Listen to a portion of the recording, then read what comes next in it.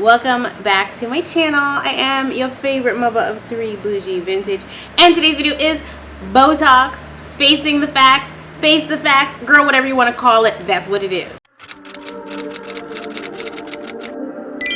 Whew. Now this one doesn't say anonymous or not, so I'm just gonna keep her anonymous and get to her story. She said, this is a little long, but it's very important. I really want to get an unbiased point of view. I would like to remain anonymous. Well, there we go.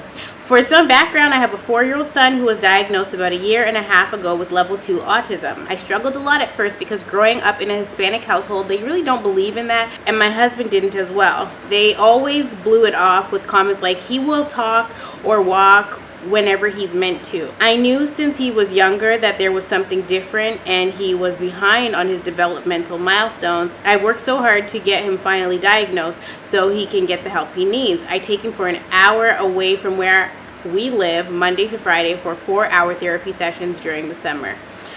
I got him into a school program so he can interact with other children, and I got him speech therapy and at-home therapy once a week. My husband is currently working on his immigration status, and we have to travel to Mexico for his visa interview. We were told that he has to stay in Mexico for at least 1 year as a sort of punishment for crossing illegally. Not sure on the specifics, but anyways, now he wants me to pack up me and our son and move to Mexico for 1 year while he waits for his paperwork. Girl, I don't know what to say.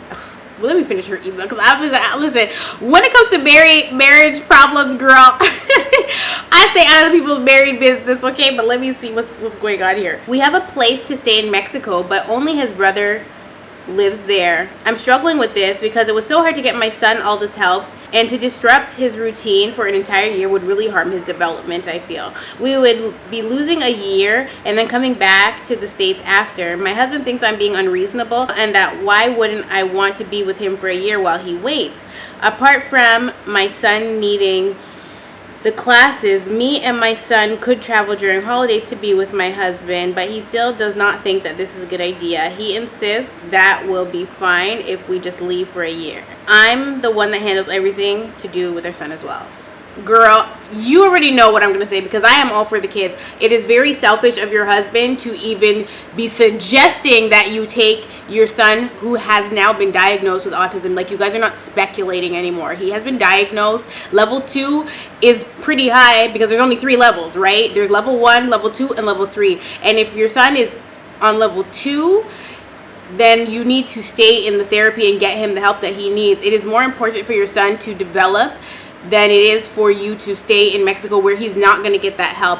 Because sure, you can probably get some of the help over Zoom, but it's really important that your son stays in his routine. With autistic children or children with any kind of disability or neurodiversity, it is important that they have routine. It is important that they are in their therapy sessions and actively doing that so that they have a chance in their future. You know what I mean? Some kids don't get diagnosed until they're like 10 because of the same reasons that you stated in the beginning, where your family is very much thinking it's taboo. Because in the Black community, it's like that as well. A lot of adult males are autistic or have Asperger's or have other neurodiversities that have gone undiagnosed for years because our communities do not believe in those types of things.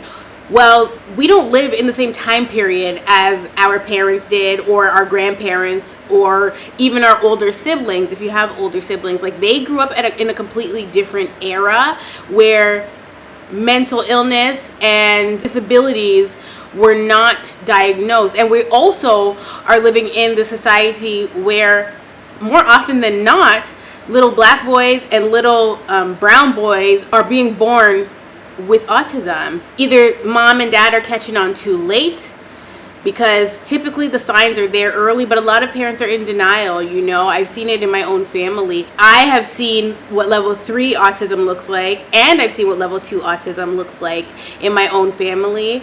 And I know that it was really important for the children to not only go and get help from their doctors, the people that give the therapy and the treatment, but also to interact with other children. When I did my Tasmanian Devil story time, I talked about how my niece and my nephew really developed as they interacted with my children. And it's important that they have those experiences. It's important for your son to go to school and, you know, be with the other kids and see how the other kids are, because it's really helpful for his growth.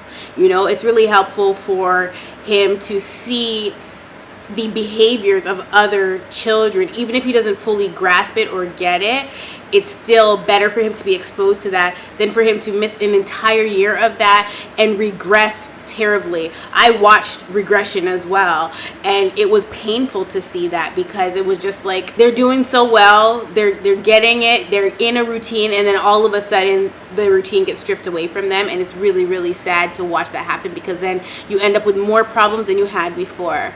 If I were you, I would put my foot down and be like, listen, maybe you don't care as much as I do, but I am the one that is carrying this burden, and I can't afford for me to even sit out of his therapy right now or take a year off right now, because it's going to be me that has to pick up the pieces. God forbid something happened to your husband. Who's going to be left there with a child that is harder to care for than your average child? You. And so it's important that you put your foot down and be like, listen, I am not moving from here. This is what I need to do. I love you, but you got to go to Mexico for a year by yourself. I'm still going to visit you. Me and him are still going to visit you, but you are being selfish by telling me that we need to pack up and come with you. I ain't the one that need my paperwork, okay? That's what I would say. Okay? I don't need paperwork. So what you want to do? Because I'm not telling you I want a divorce.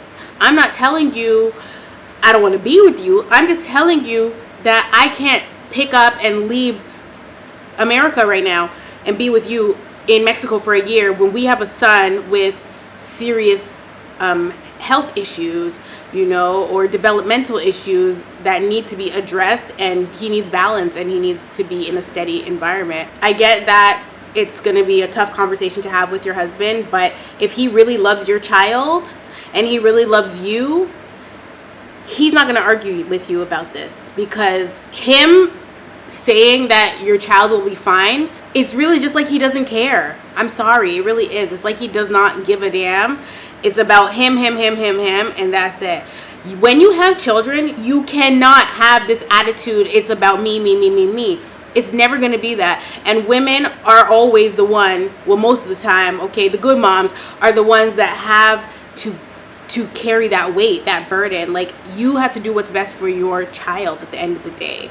You know, you have to give your kid a fighting chance, and the only way to do that is to stay your little butt in America and get him the help that he needs, because him getting help is also helping you. Because should you take him away for a year and not get that help, you're going to end up having a lot more. It's going to be like postpartum depression. You know what I mean? Like, you're mentally going to be exhausted and depressed and, you know, fed up probably. And you may go to Mexico and realize it's getting really bad and then decide that you're leaving for, you know, you're going to leave instead.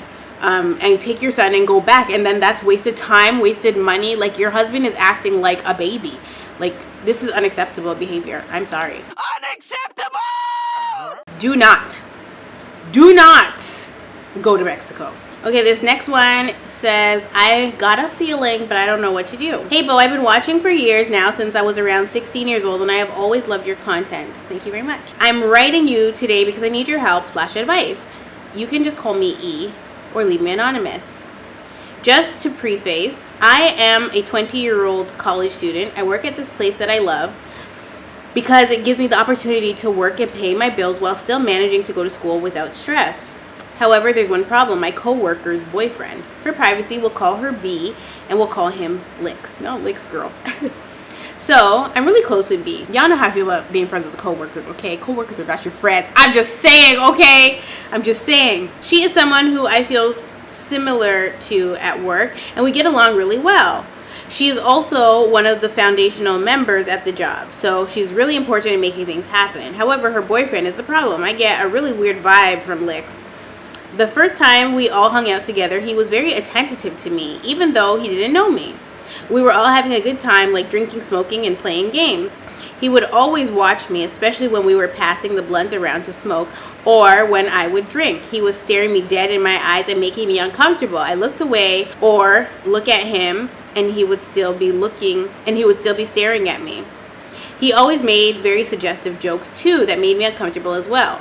I got this feeling from him and I just have this sense of knowing about things. Same. But I didn't want to make something out of nothing, so I left it alone and just assumed that he was being attentive to me because it was the first time he met me and he wanted to look out for me.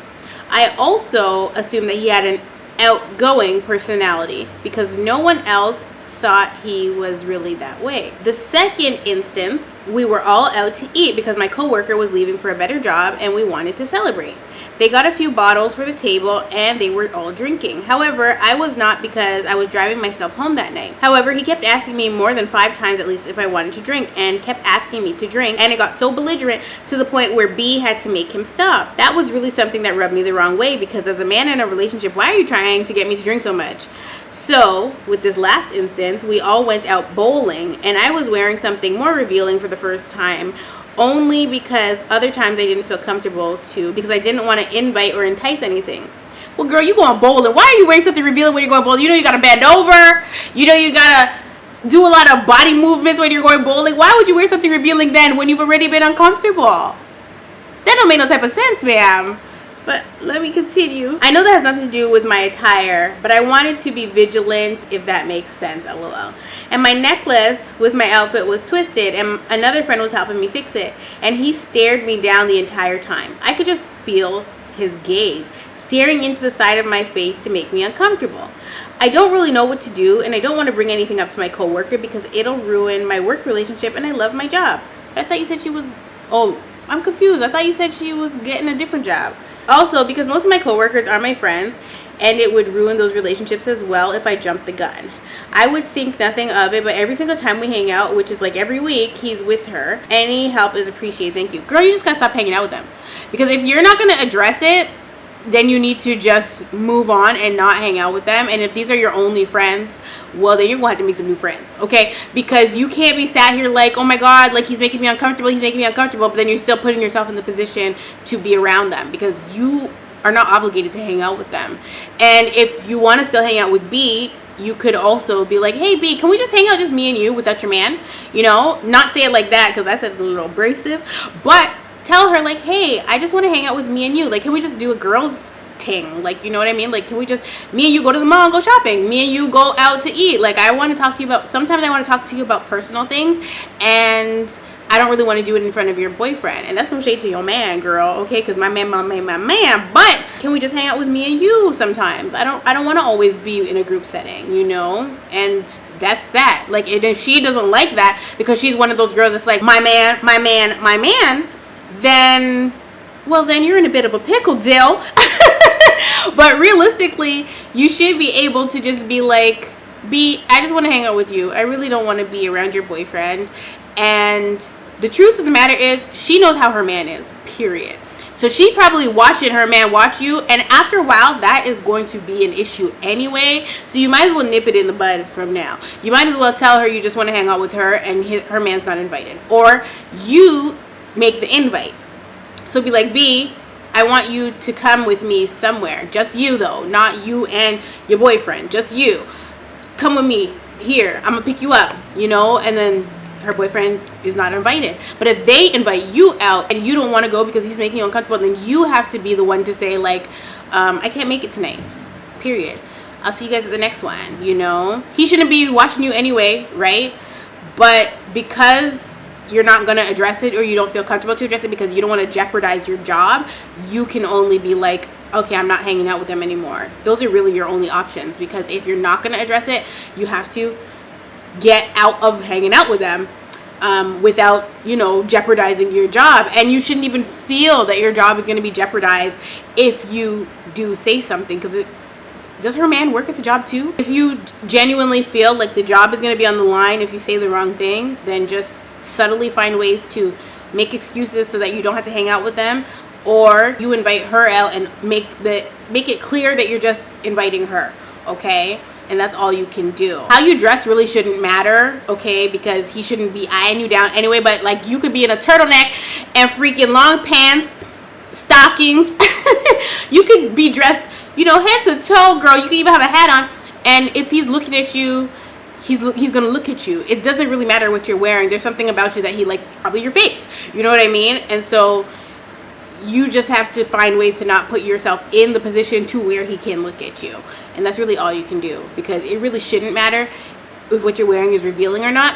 But based on the fact that you were already uncomfortable and chose to not wear things that were more revealing because you were uncomfortable or not sure of the situation, by the third time, I probably wouldn't have worn something revealing if I know that that guy's going to be there and he makes me uncomfortable when I was not wearing something that was revealing. And also, the thing is, some of these men are crazy, okay? So if you have been catching him looking at you, and you remember how you said he was looking at you, and you would be look away and he's still staring at you, and you look back, he's still looking at you. He knows that you're catching the vibe. He knows that you're looking at him, right? He knows that you're catching him look at you, and in his head he is thinking, she's not saying anything. He's trying to gauge, right? And so because you're not saying anything and then you show up in that sexy outfit, girl, the next move is for him to approach you now and ask you either to join them or to do something on the side. And that's another problem, because you're gonna lose the job anyway. So I mean, it's up and it's stuck. You're going to have to avoid them or say something, but don't beat around the bush. Baby, it is 2023. Say what you mean and mean what you say. This next one, should I be selfish? Oh, girl, I'm probably gonna end up telling you yes. But let's see what you said. Hey, Bo, I love you so much, girl. I love you too. Hope your babies are doing good. They are. Thank you very much. So I'm a little indecisive about what I should do. So me and my boyfriend have been together 4 years, and we have an 8-month-old together. Lately, I'm not feeling him anymore. I think it's because I'm a different person now and I'm more mature, and he's still the same. No growth.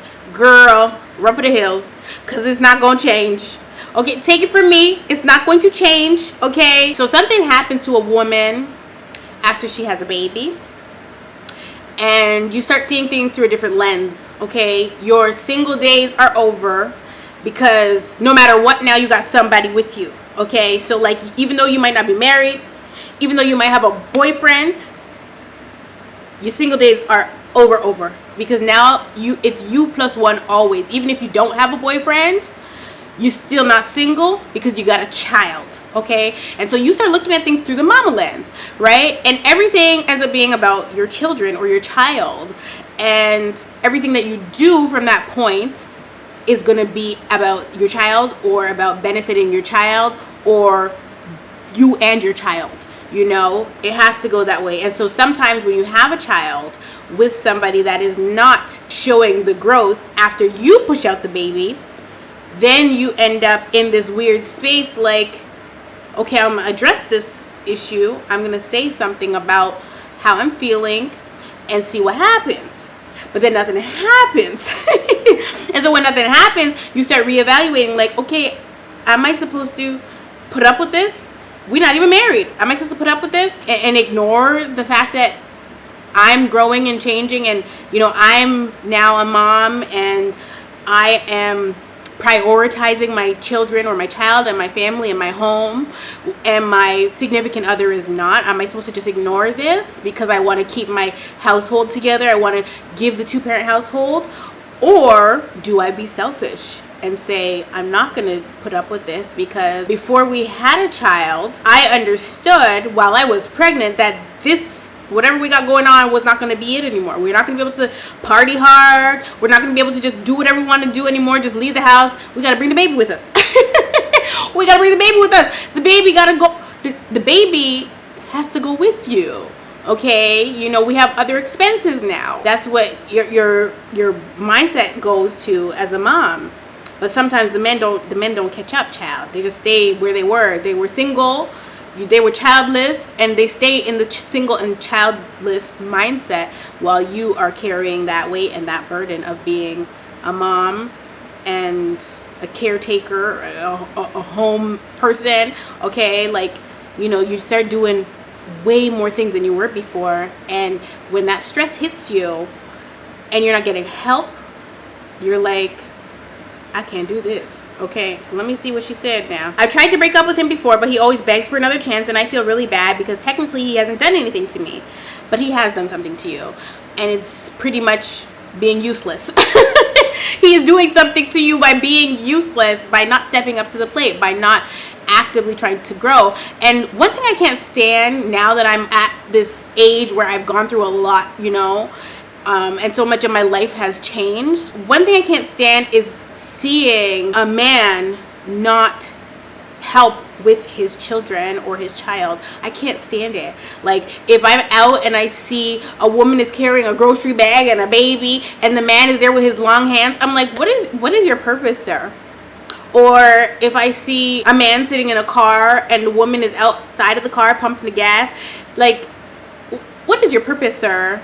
You know what I mean? Like, I don't like seeing stuff like that. And those are very minuscule things. I'm just giving the examples. But, like, it's painful to watch and witness those behaviors from men when you have a family, or when you're supposed to have a family dynamic now, when you're supposed to be growing and changing and evolving together, and one person is and one person isn't. It's hard. And then also, I need women to understand that if you try to break up with somebody and they beg you for another chance, that is manipulation.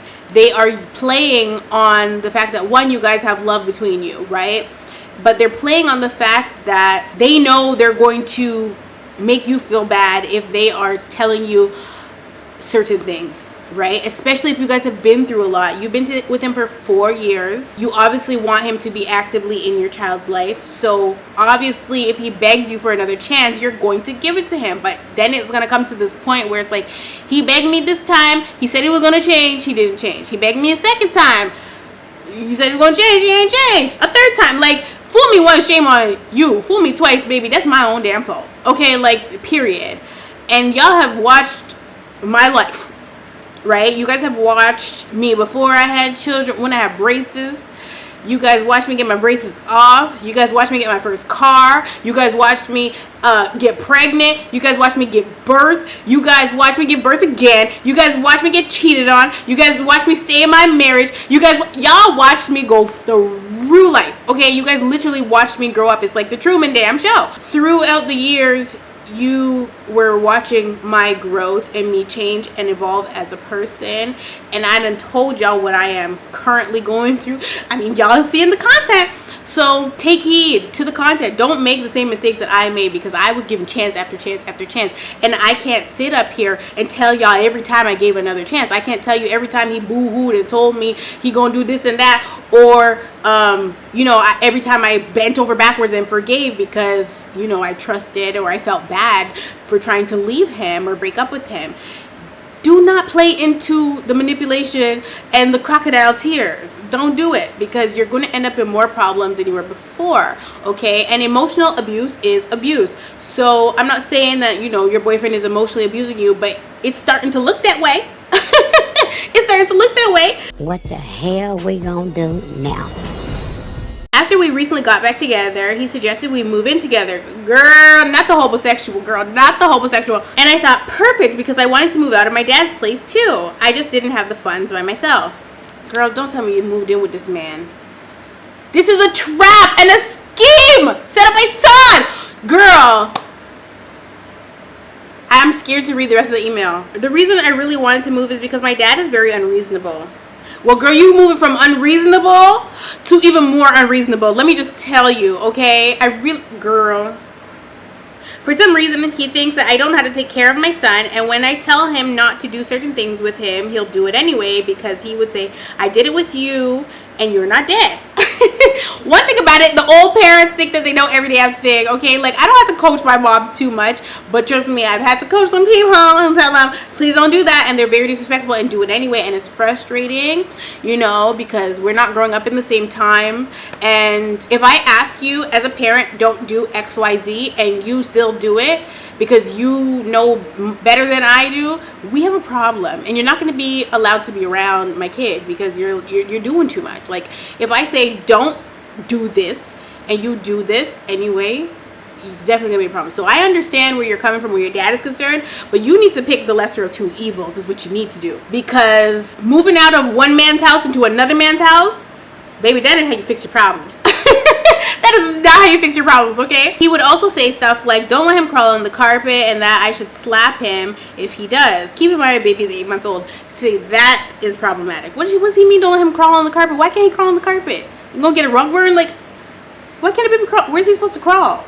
On the ceiling? Like, what is he, Spider-Man? Like, what is happening? I also have a small business that I was running before I got pregnant and would really love to start back up working from home, but my dad said he doesn't want strangers in the house. She must be a nail tech girl. He doesn't make me pay a lot of rent, which I'm very grateful for, but I feel like the cons outweigh the pros here. Moving in with my boyfriend would mean I can run my business, I wouldn't pay rent at all, and I could raise my son the way I want. But I don't love this man, and I feel like I'm kind of using him. Also, we have a friend that has to move by September, so he would help with bills. So, is me moving selfish? And am I using my boyfriend? Girl, you're gonna be in more problems, because let me tell you what's gonna happen, okay? What would happen? And if you did it already, girl, because when did you send me this email? July 29th, girl. If you already moved, girl, I hope you didn't. But how I see it going is you decide you're going to move out of your dad's house. You move in with the boyfriend where you think you're not going to be paying any bills. And then it's going to start as you don't pay any bills. But then it's going to be like, okay, it's going to need to be 50-50. And then he's going to somehow lose his job, and then it's all going to be on you. But you're not making any real money, so then you're in a bit of a pickle, and then you're going to end up having to go back to your daddy's house because the situation is just not going to be what it's supposed to be. Then you're talking about there's this friend that's also has to move out by September, and then there's a roommate situation. Girl, this is red flags 101. Okay, all of this is bad. All of it is bad. Matter of fact, if you have moved out and you are seeing this video, you need to move back into your daddy's house, okay? And just don't let the baby crawl on the carpet. Just don't let the baby crawl on the carpet. Do what you need to do to secure yourself so that you can move out on your own, you know? Do I think you're using your boyfriend? Not really, because if this is the person that you had a child with, he should be taking care of you and the child. You know, if you have to stay at home with the child right now, which the baby's 8 months, you gotta stay at home with the child. It's important for you to be able to give your baby what the baby needs for at least a year. It's almost a year now. It's, matter of fact, July, September, October, November. The baby's about 1 year old now, right? So no, I don't think you're using your boyfriend, but I don't think that you moving in with your boyfriend is going to be a good idea, because your reasons for moving, one, the motive is wrong. And when you do anything with the wrong motive, baby, you're asking for trouble. Okay, like asking for trouble, because the universe, karma, has a funny way of spinning the block. Okay, it really does. It has a funny way of spinning the block on you. And so if you do something with the wrong intention, do not expect it to go well. So because you already feel it in your spirit that you are using him, and because you have stated you don't love him, and you have tried to break up with him before, what do you think is going to happen when you join forces with him and live in the same space? Because when you started telling me at the beginning of the email about your man, I thought you lived with him. But then you said you live at your daddy's house. So then I'm like, oh, okay, good. She doesn't live with him. And then by the end of the email, you're telling me you want to move in with a boyfriend. Girl, no. No. Absolutely not. Not a good idea. And I hope that by the time you see this, you didn't decide to move out. Because, baby, in July, baby, I was on my hiatus. Okay, I was not around. Y'all was emailing me. I was not around. Good luck to you. Pray about it. Don't move out. And if you did move out, move back in. This one is called Life's a Trip. My name is Bria, but everyone calls me Bria. I'm 26, living in Brooklyn, New York, and time has really flown by. I really don't know how I got here. I find myself feeling like I'm an imposter, and the real Bria is living her best life on an island with no worries. Well, well. I know I definitely haven't been an angel and have been through so much when it comes to drugs, partying, and being promiscuous. Just living a life of sin, basically. Let me start off by saying that I was with my ex from 2012 until 2018. 2019, but things weren't the same after 2016. The energy was just off. Yes, of course it was, because summer 16 was the year to remember, okay? You see how when the parents, or like in movies, they're like, we gonna party like it's 1999? Baby, that was summer 16, girl. So I already know 2016 was a good old year, okay? Like everything was popping in 2016. But we were so comfortable with each other. Then we definitely, but we were so comfortable with every other. Then we definitely should have spoken to someone. He's a Taurus. Girl, this sentence makes absolutely no sense. I'm trying to make sense of it, girl. I'm going to assume she's trying to say, she said we should have definitely spoken to someone. He's a Taurus. Anyways, in 2016, y'all know how I feel about these Taurus men now, okay? Oh my. Anyways, in 2016, I had a bad pregnancy. I'd gotten bronchitis. I was severely ill for weeks. I lost the baby. Oh my. And I was going through so much at home during the time that me and my ex were very detached. One, I am so sorry for your loss, because I could not imagine, okay? Like I could not imagine losing a child, and whew, oh no, child. I'm so sorry about that. We spent almost every day together. It was a weird time. He was poured into work and I just went into partying and hanging with my friends at the time. I wish he would have asked me to spend that time with him, which I wanted. I wanted him to want me and have that passion, but it wasn't him. And I thought I could bring that out of him. One thing about Taurus, baby, we're gonna work. One thing about it, we are going to work, okay? Like, I love to work. I definitely would classify myself as a workaholic, and, you know, taking breaks from work is hard. Now, when you lost the baby, I don't know if he started pouring himself into work to distract, because maybe he wanted to have a child, you know, and so that was his way of processing it. But if it wasn't, and he's just, you know, working to work, because, you know, Taurus tend to like, you know, material things and gift giving and all those, you know, things that are tied to material possession. If that was his reasons for working, then, you know, it is what it is. But you cannot, what's the saying? You can't get bread out of stone, which means like you can't force something to happen. You cannot, you know, make something happen that is not there. If he was emotionally unavailable, you're not going to get him to be emotionally available. Take it from me, I already know, right? Like, you can't get emotionally available from somebody that is emotionally unavailable. It's impossible. That's trying to get bread out of stone. When it would come to my father, he's kind of the same, exactly. And it starts at home, and so you end up with these men that resemble home and don't even clock it. Like, you don't even clock it that you are with somebody that was or is emotionally unavailable, and your parent, your model home, is also somebody that is emotionally unavailable. When it comes to my father, he's kind of the same, really not around, working all the time, and just expects me to be happy when I have no affection. I was always in a bad place with my mother. I'm a Gemini and she's an Aquarius. Y'all know Aquarius is crazy as hell, okay? So we should work, I think. I'm just so much happier when I don't have to worry about others and their energy influencing my own. Okay, so you are very much giving me empath vibes, okay, which is a hard position to be in. When you're empath, you feel everything. Some people don't even know they're empaths. Like, I had no idea I was an empath. I just knew I was always feeling stuff. I just knew I was always feeling stuff. And I don't know if I did a video about this, but I think I meant to, where a lot of the times what happens to the empath, because we are prey for certain types of people, what happens with the empath is that you may not like somebody, like romantically, but you can feel the person likes you. Your emotions get confused and crossed, like wires get crossed, and so their strong feelings for you makes you almost force yourself to be with them, because you can feel that they like you, and so you start taking on their emotions for you, thinking that you like them too. And then you wake up one day and you realize that you didn't really like them like that, but because their feelings for you were so strong, and you started feeling things for them that weren't really there, or thinking like, okay, like he really likes me, I need to give him a chance, because I'm being superficial, because I am deciding that I don't like him because of X, Y, and Z, but like he's a good guy and yada yada yada, and then he turns out to not be a good guy. And this is why we become prey for narcissists and other types of toxic men or women. And so it's very much other people's energy can trigger and influence your energy if you are an empath. I try so hard to help and fix people and find myself sad and drained. I'm currently in a new relationship. This guy is 31 and he's everything emotionally, physically, and mentally what I wanted in a man, but he has been dealt so many bad hands. I could write a book. He'll get so upset with his situation that it flows into us and makes me sad, and I find myself not knowing how to help him or support him really. Well, here's your problem. Stop trying to help people. Stop trying to fix people.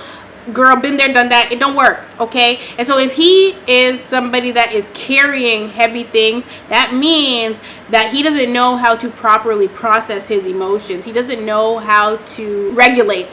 He doesn't know how to regulate properly, and so he's channeling it into your situation, and that is problematic because you don't deserve that. And it ain't got nothing to do with you, so you shouldn't be feeling no type of way about it. Now, as a person that knows how to regulate, right? In my personal life, it doesn't matter what I'm going through. I never take out my anger on the next person. So like if I am feeling upset about something, I'm not going to cuss out the first person I see because I'm having a bad day, you know? I can put on a brave face and cry it out when I get home. I don't have to bring it into my whatever situation I'm in. And so I'm the same way in a relationship. I could have had a horrible day at work, but I'm not gonna come home and take it out on my partner. That's not fair. If your partner is doing that to you, it's a problem, and you need to see it as a red flag and not as a yellow one. And also, sometimes when somebody is toxic, but they also have these glimmers of, hey, they're everything I wanted in a man. Sometimes that is a mask or a facade, and you have to recognize that because you will be in bigger problems after the fact. If you don't recognize the fact that, yes, they have good qualities, but they're also bringing me a lot of baggage to the point where I feel drained. And if you are feeling drained in a relationship, that is a sign in itself. It's time to chuck the deuce, okay? Drainage is for the sewer, okay? And you are not the sewer. So there is no reason for you to be feeling drained after just talking to somebody, right? That is warfare. I just want to know if you love someone so much and you would do anything for them and want to support them and not make him feel like I'm giving up when I'm giving up is the right thing to do, because I'm slowly creeping to 30 and I really don't want to still be in this situation. Here's the thing. People that don't have secure attachment styles or people that have abandonment issues, they often will manipulate you by telling you you're giving up on them.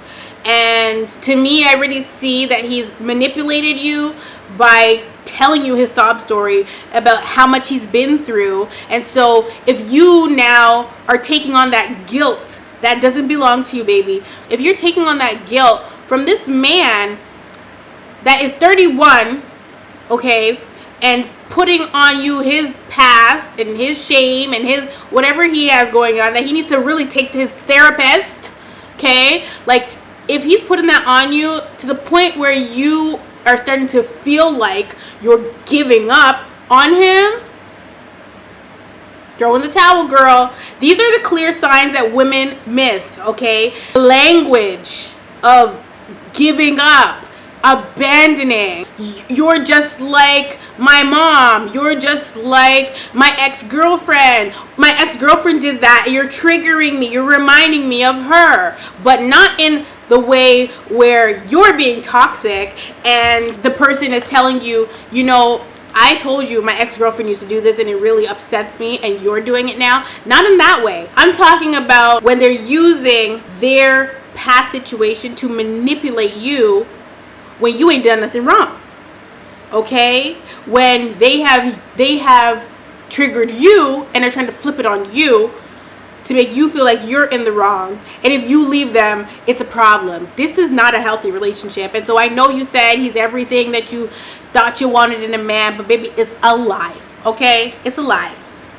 Straight from the pit of hell. Let me just add, okay? I want my family and my own house, moved out of the city, Get some land, farm, garden, away from the demon squirrels, lol. I know I wasn't really detailed about what's going on, but I just find myself thinking about my ex and how life would be compared to now. And granted, I definitely wouldn't go back. I just think I'm just mourning my younger self. And all the things, like she was great, just being naive and not fully knowing the world. I really find comfort in your videos. I don't have any siblings or friends like that. So just having the community you made has really been my outlet. Thank you for everything. Love and light. Are you a member? I feel like you're a member. If you're not a member, girl, you need to be, because you need to be joining the Discord. Okay, so join the bougiest ever? Yeah, join the bougiest ever tier and get up in the Discord, girl, because you need a support system. And the girls in the Discord are super supportive. Let me tell you. Now, I am going to be praying for you, because this right here, though you sent it to me a little while ago, this right here is the perfect example of how women are easily swayed and manipulated by men, and sometimes other women or friends even, you know, when you are guilted into staying with somebody or guilted into working out problems that are not yours. These are the clear signs that you need to biggity bounce. Okay, you need to get up out of there, get up from under Lucifer, because he's gonna ruin your life. One thing that I have learned about myself is that I am too forgiving. And I know what the Bible says, girl. I know you're supposed to forgive, but I had a really bad habit of forgiving and then staying in the situation that is constantly hurting me. And that's what you don't want to do. All those journal entries that I have written, those journals were done so that while I was living with my ex, I wouldn't resent him.